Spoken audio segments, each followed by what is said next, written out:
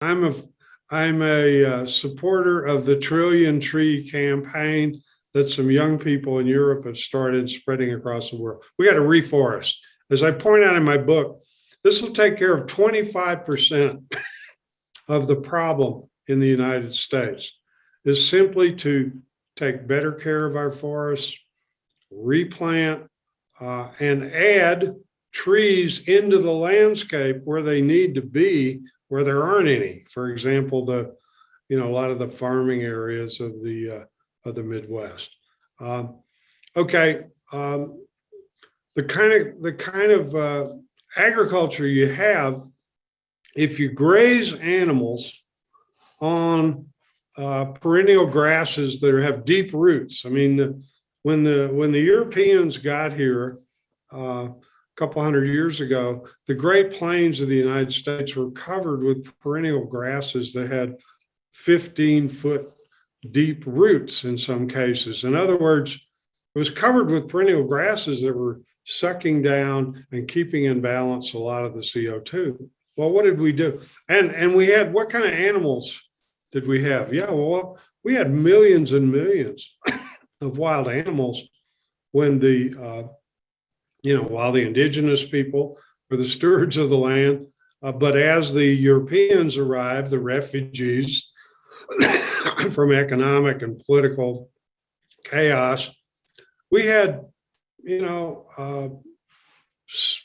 60 billion buffalo roaming.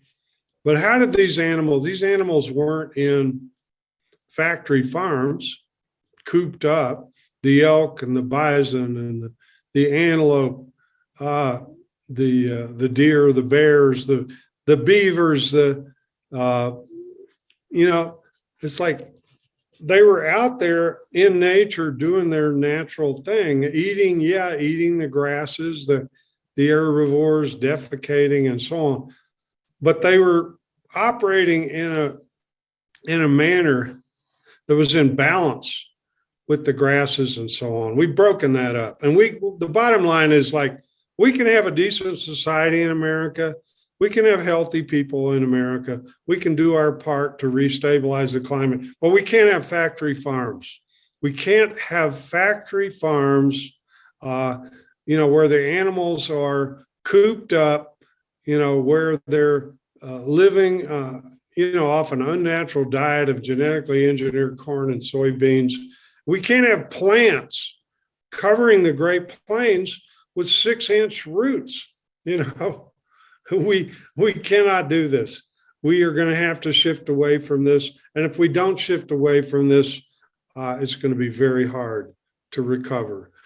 We cannot keep on, ignoring the fact that wetlands sequester a lot of carbon, they attract a bunch of wildlife and so on, keep draining wetlands so we can grow yet more GMO soybeans or corn or whatever.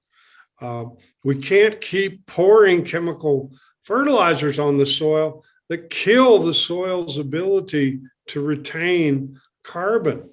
We can't keep doing this. We've changed the weather patterns. I've got a friend up in northern Mexico, a rancher right across the border from Big Bend National Park in Texas and south of El Paso. But there's a group of Mexican ranchers, and they have about 1 million acres where they're using planned rotational grazing of animals in the manner I'm talking, much the way the buffalo roamed before.